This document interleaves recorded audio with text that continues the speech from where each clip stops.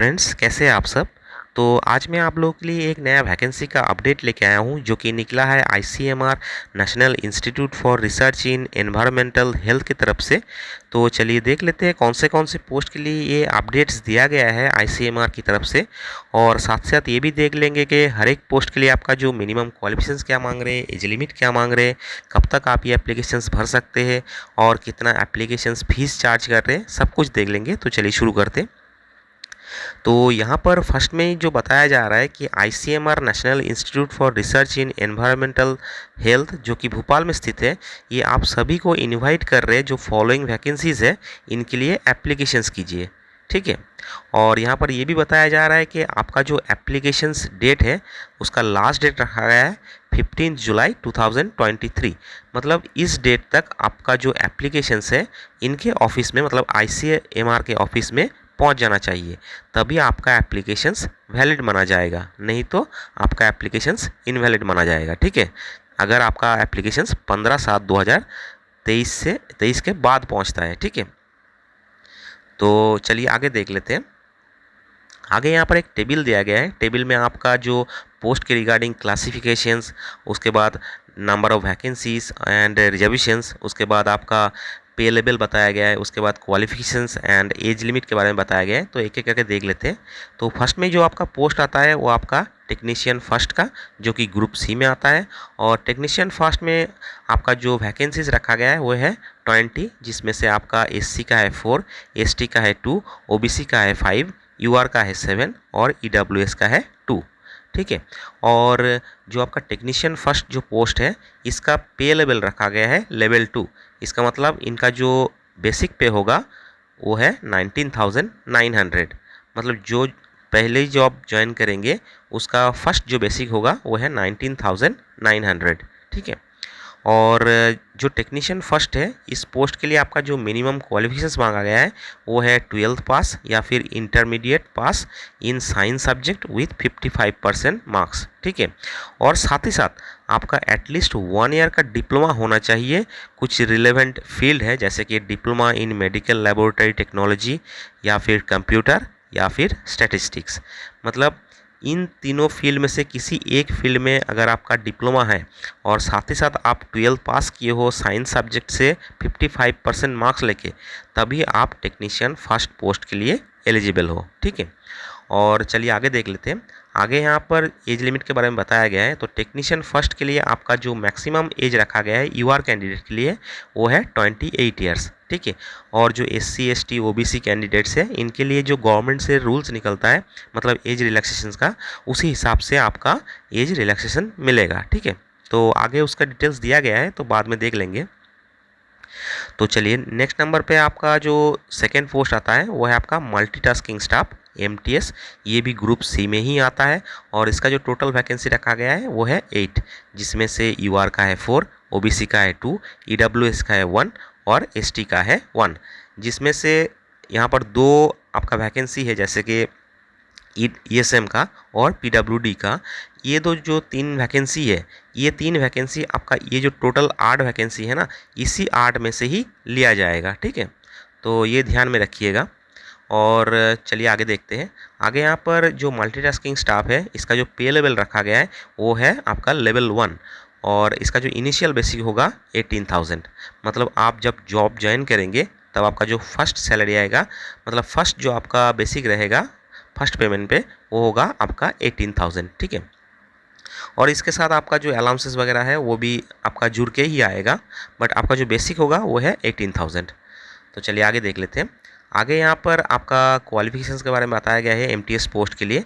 तो आपका जो मिनिमम क्वालिफिकेशंस होना चाहिए वो है मैट्रिकुलेशंस या तो फिर हाई स्कूल और equivalent from a recognised board. मतलब आपका 10th पास होना चाहिए। ठीक है। मैट्रिकुलेशन मतलब 10th पास आपका होना चाहिए, तभी आप एप्लीकेशंस कर सकते हैं मल्टीटास्किंग स्टाफ पोस्ट के लिए। और आपका जो एज लिमिट रखा गया है वो है 25 ईयर्स। मतलब यूआर कैंडिडेट्स के लिए मैक्सिमम 25 ईयर्स तक आप अप्लाई कर सकते हैं। ठीक है। तो चलिए आगे देख लेते हैं। आगे यहाँ पर कुछ एज रिलैक्सेशन के बारे में बताया गया है। तो जैसे कि आपका जो गवर्नमेंट एम्प्लॉय है उनके लिए आपका 5 साल का छूट रखा गया है। मतलब ये सभी के लिए है, मतलब ऐसा नहीं कि सिर्फ यूआर के लिए है, ये यूआर, एससी, एसटी, ओबीसी सभी के लिए है। ठीक है, जैसे कि यहाँ पर आपका जो एज लिमिट दिया गया है 25 ईयर्स, मतलब जो गवर्नमेंट सर्वेंट है, ठीक है, उनके लिए यहाँ पर आपका एज लिमिट हो जाता है 25+5 यूआर के लिए, मतलब 30 ईयर्स। ठीक है, उसी तरह आपका एसटी का भी, एससी का भी, ओबीसी का भी आएगा, मैं बताता हूँ। तो यहाँ पर सेकंड नंबर पे जो बताया गया है वो है एससी एंड एसटी कैंडिडेट के लिए 5 ईयर्स। मतलब यहाँ पर जैसे देखिए, यहाँ पर एमटीएस पोस्ट के लिए यहाँ पर कितना एज लिमिट दिया गया है आपका यूआर कैंडिडेट के लिए 25 ईयर्स। तो एससी एसटी कैंडिडेट के लिए यहाँ पर कितना मिलेगा 30 ईयर्स तक। और साथ ही साथ अगर कोई एससी एसटी कैंडिडेट अगर गवर्नमेंट सर्वेंट है तो उनके लिए और अलग से 5 साल का छूट मिल जाएगा। मतलब जो SC ST candidate already government employ है तो उनको 35 ईयर्स तक छूट मिल जाएगा। कौन से पोस्ट के लिए? मल्टीटास्किंग स्टाफ पोस्ट के लिए। उसी तरह जो आपका टेक्नीशियन फर्स्ट पोस्ट है इसमें भी आपका 5 साल प्लस 5 साल का छूट मिल जाएगा, मतलब 38 ईयर्स तक अगर कोई गवर्नमेंट एम्प्लॉय है तो। अगर गवर्नमेंट एम्प्लॉय नहीं है तो एससी एसटी कैंडिडेट के लिए आपका 33 ईयर्स तक आपका छूट मिलेगा। और देख लेते हैं आगे क्या बताया गया। आगे यहाँ पर ओबीसी कैंडिडेट के लिए 3 ईयर्स, सेम उसी तरह जो एससी एसटी कैंडिडेट के लिए बताए वैसे ही सेम 3 साल का छूट मिलेगा ओबीसी कैंडिडेट के लिए। ठीक है, तो चलिए आगे देखते हैं।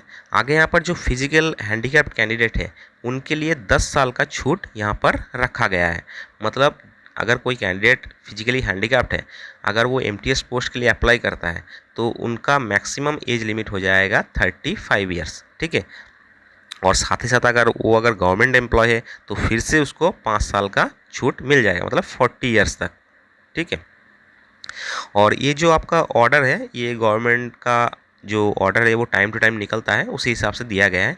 और आपका जो एज कैलकुलेशन किया जाएगा वो होगा 15 जुलाई 2023 के हिसाब से आपका एज कैलकुलेशन किया जाएगा। मतलब जो भी कैंडिडेट एप्लीकेशंस करना चाहते हैं वो अपना जो एज है वो इसी डेट के हिसाब से आपका एज कैलकुलेट कर लीजिएगा। ठीक है, तो चलिए आगे देख लेते हैं। आगे यहाँ पर कैंडिडेट्स को मतलब जो आपका एससी एसटी और जो फिजिकली हैंडीकैप्ड और ओबीसी कैंडिडेट्स हैं उनके लिए यहाँ पर बताया जा रहा है कि आप लेके आइएगा जब आपका इंटरव्यू होगा उस टाइम पे, और जब आप एप्लीकेशंस करेंगे उसी टाइम पे भी आपका जो प्रिस्क्राइब फॉर्मेट है सर्टिफिकेट का जो दिया गया है इसमें, जो आईसीएमआर के वेबसाइट पे मिल जाएगा, उसी फॉर्मेट में आपको बना के रखना है, तभी आप अप्लाई कर सकते हैं, नहीं तो आपका जो एप्लीकेशंस है वो रिजेक्ट कर दिया जाएगा। ठीक है, तो चलिए आगे देख लेते हैं। आगे यहाँ पर बताया गया है कि pay and other allowances are admissible as per ICMR rules. मतलब आपका जो पे है और आपका जो अलाउंसेस, अदर अलाउंसेस जो मिलेगा वो आपका आईसीएमआर के रूल्स के हिसाब से ही मिलेगा।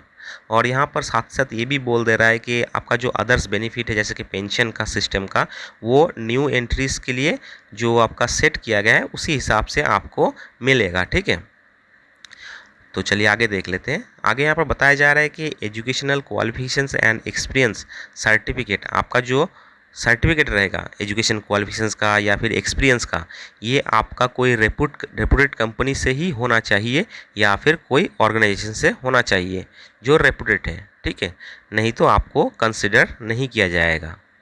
ठीक है, तो चलिए आगे देखते हैं।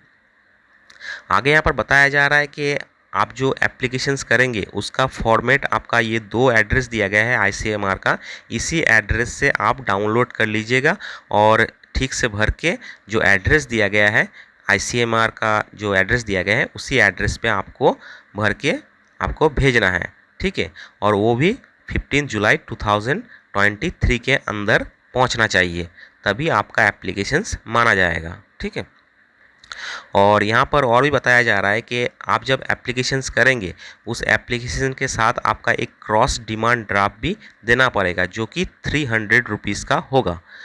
ठीक है, और आपका जो डिमांड ड्राफ्ट होगा वो डिमांड ड्राफ्ट आप फेवर करेंगे किसको? द डायरेक्टर को फेवर करेंगे, जो NIREH के डायरेक्टर होंगे उन्हीं को आपको फेवर करना है। ठीक है, और साथ ही साथ आपका जो अटेस्टेड कॉपी जो सर्टिफिकेट का, उसके बाद डेट ऑफ बर्थ का, एजुकेशन क्वालिफिकेशंस का, एक्सपीरियंस का, कास्ट का, ये सब कुछ आपका सेल्फ अटेस्टेड कॉपी उसके साथ भेजना है और इस एड्रेस पे आपका जो लेटर भेजना है। ठीक है, जो the director ICMR national institute for research in environmental health जो एड्रेस दिया गया है, इसी एड्रेस पे आपको भेजना है और वो भी बिफोर लास्ट डेट, मतलब 15 जुलाई 2023 के पहले। ठीक है, तो चलिए आगे देख लेते हैं। यहाँ पर बताया जा रहा है कि अगर आप 2 पोस्ट के लिए अप्लाई करना चाहते हैं तो आपको 2 अलग अलग सेपरेट आपको एप्लीकेशंस भेजना पड़ेगा। ठीक है, और यहाँ पर ये भी बताया जा रहा है कि जो SC ST और PWD कैंडिडेट और वुमेन कैंडिडेट्स है, इनके लिए कोई पेमेंट का फ़ी नहीं लगेगा। ठीक है, उनके लिए एग्जाम्प्टेड है ये पेमेंट फ़ी। और चलिए आगे देख लेते हैं। आगे यहाँ पर जो ICMR जो एम्प्लॉयज़ है, इनके लिए कोई फ़ी का आपका एग्जामिनेशन नहीं रखा गया है, मतलब उनको फ़ी देना पड़ेगा। ठीक है, ये सिर्फ आपका जो SC ST PWD कैंडिडेट्स है और वुमेन कैंडिडेट्स है, इनके लिए ही रखा गया है। ठीक है, जो ऑलरेडी एम्प्लॉय है ICMR का, उनको ये एग्जामिनेशन नहीं दिया गया है। ठीक है, तो चलिए आगे देख लेते हैं। आगे यहाँ पर बताया जा रहा है जो candidate already central government, state government, public sector undertaking और गवर्नमेंट फंडेड जो ऑर्गेनाइजेशंस है, वहाँ पर अगर कोई काम करता है ऑलरेडी, तो उनको जो एप्लीकेशंस करना है वो थ्रू प्रॉपर चैनल ही एप्लीकेशंस कर सकते हैं। ठीक है, तो जो कैंडिडेट ऑलरेडी जॉब करते हैं उनको ऑलरेडी मालूम है इसके बारे में, तो अपना जो एप्लीकेशंस है, आपसे आपका जो एप्लीकेशंस होगा वो आप थ्रू आपका जो ऑफिस है उसके थ्रू ही आप भेजिए। ठीक है, ताकि आपका जो एप्लीकेशन है वो वैलिड हो। ठीक है, तो चलिए आगे देख लेते हैं। आगे यहाँ पर कुछ नोट्स वगैरह दिया गया है, तो ये आप देख लीजिएगा, क्योंकि ये उतना कुछ खास नहीं है। क्योंकि यहाँ पर जैसे कि आपको एक बता देता हूँ, जैसे कि इनकम्प्लीट और लेट और without demand draft applications will straight away be rejected, मतलब अगर आपने इनकम्प्लीट अगर एप्लीकेशंस भेजते हैं और डिमांड ड्राफ्ट अगर नहीं देते हैं तो आपका एप्लीकेशंस रिजेक्ट हो जाएगा। ठीक है, उसी तरह 2-3 यहाँ पर पॉइंट दिया गया है, वो आप देख लीजिएगा। ठीक है, तो इस वीडियो में आगे और कुछ है नहीं, तो इतना ही एक नोटिस है छोटा सा ही। बट आपका जो एप्लीकेशंस है वो आप कर सकते हैं इस पोस्ट के लिए, क्योंकि यहाँ पर कुछ लिमिटेड पोस्ट ही निकाला गया है। तो मेरा मानना क्या है, यहाँ पर जो लिमिटेड पोस्ट निकलता है ना, वहाँ पर एप्लीकेशंस बहुत कम होते हैं। तो आप कोशिश कीजिएगा अपना एप्लीकेशंस भेजने के लिए, क्योंकि यहाँ पर कंपटीशन बहुत कम हो जाता है, क्योंकि यहाँ पर एप्लीकेशंस ही ऑलरेडी कम होते हैं, क्योंकि कुछ मतलब लिमिटेड वैकेंसी निकलता है, तो इसलिए बहुत लड़के रहते हैं कि यहाँ पर ऑलरेडी कम वैकेंसी है तो हम अप्लाई नहीं करेंगे। तो वैसा ही सोच हर किसी के पास रहता है। तो मैं आप लोगों के ये मतलब एडवाइस देना चाहता हूँ कि आप लोग अप्लाई कीजिए, क्योंकि इस सब जो पोस्ट है ये बहुत अच्छा पोस्ट है और कंपटीशन भी बहुत कम होता है। ठीक है, तो चलिए इस वीडियो में इतना ही, मिलते हैं नेक्स्ट वीडियो पे, तब तक के लिए बाय, थैंक यू।